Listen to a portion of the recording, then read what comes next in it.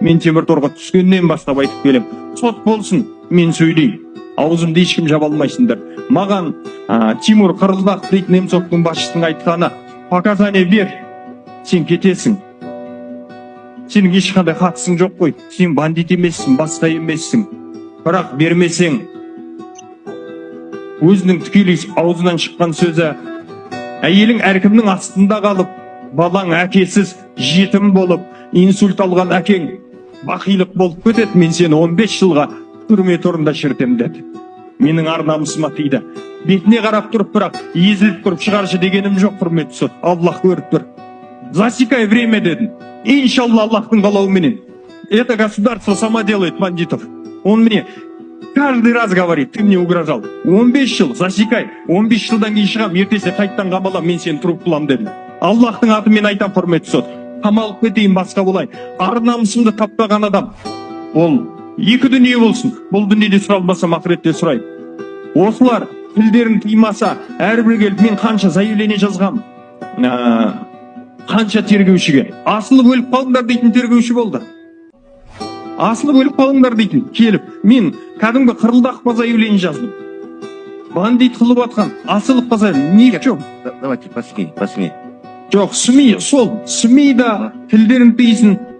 Даже СМИ керек емес, құрметті сот, СМИ да керек емес. Мына жерге келіп ал, Бекзат дейтін прокурордың провокацияға шақыруы. Бұл тікелей өлімге итермелейді. 2 жыл бойы өміріңнің астан талқаны шығып кеткен өмірдің ертең бостандыққа шығып керегі бар ма? Халықтың жауы бол. Халық жау қылудың қажеті жоқ. Міржақып Дулатовты 38-де ату жазасына беріп 88 жылы Жангелдин ауылына әкеліп жерлеген кезде, Торғай өңірінде 73-ге келген Гүлнар дейтін қызы қабытының жанында тұрып, әке сен армансызсың, атың ақталды, мен қорқып едім, халық жауының қызы деп топырақтың астына кіріп кетем ба дейді. Менің бірақ нәрсем, ұрдың ба? Мен ұрмадым демей, мен ұрдым. Мен бардым ба? Мен алаңға бардым. Елім тәуелсіздігінен айырылмасын деп бардым. Бірақ елді переворотқа араласты, елді бүйтті сөйтті дейтін өтірік әңгімелерді жинастырсын доғар. Мен сізге кешеде айттым. Бұл Жуаспаеваның 2 постановление шыққан. Бұл сотты тікелей басқа арнаға бұру. Біздің Қазақстанның қоғамы, Қазақстанның заңы, кім арыз жазады, соныкі дұрыс. Арыз жазбағандікі дұрыс емес та. Ол кісілер сіздің сотыңызға келіп, үкім сіз қараңыз, тыңдаңыз, біз сұрақ қояйық, содан соң үкіміңіз шығарыңыз, опығы болайық, бандит болайық. Бірақ бригада, они бандиты, мынау демейсің. Кеше сонда бізді неге айтқан жоқ, бұлар опығы Арман Жұмагелдиева деп.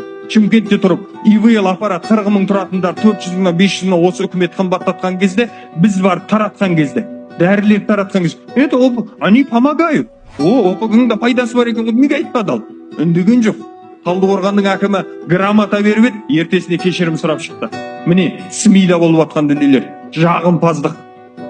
Мен өзім сол сферада жұмыс істегеннен соң СМИ-да ешқашан шындық айтпайды. СМИ-да ешқашан биліктен асып кете алмайды.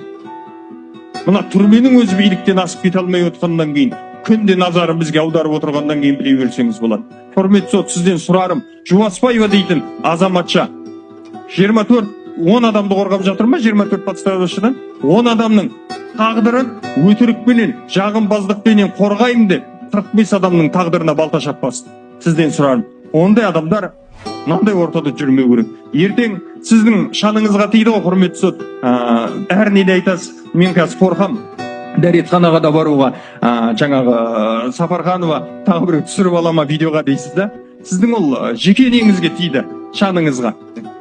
Қараңыз, күнде қайталап, мен бақ өкілдерін теледидарды қосып қалсам да, жақыным маған келіп қалса да, сендерді бүйтіп айтып жатыр ғой, сөйтіп айтып жатыр ғой деп ар намысымыз таптайды. Аудармай қойсын, қазір бұлай болып кетеді, түсінді ғой бәрі. Сол үшін сізден үлкен өтінішпенен сұрарым, бұның барлығын тыйсаңыз, бұларға жабық сот болғаннан соң, жабық түрде болсын, или қауқарыңыз жетпей жатса, ашық түрде елге жеткізейік кім екенімізді, не істегенімізді, қалай болғанын бәрін елге жеткізейік. Сондай мүмкіншілік беріңіз. Біз қазақтың баласымыз, қазақтың жауы емес. Рахмет.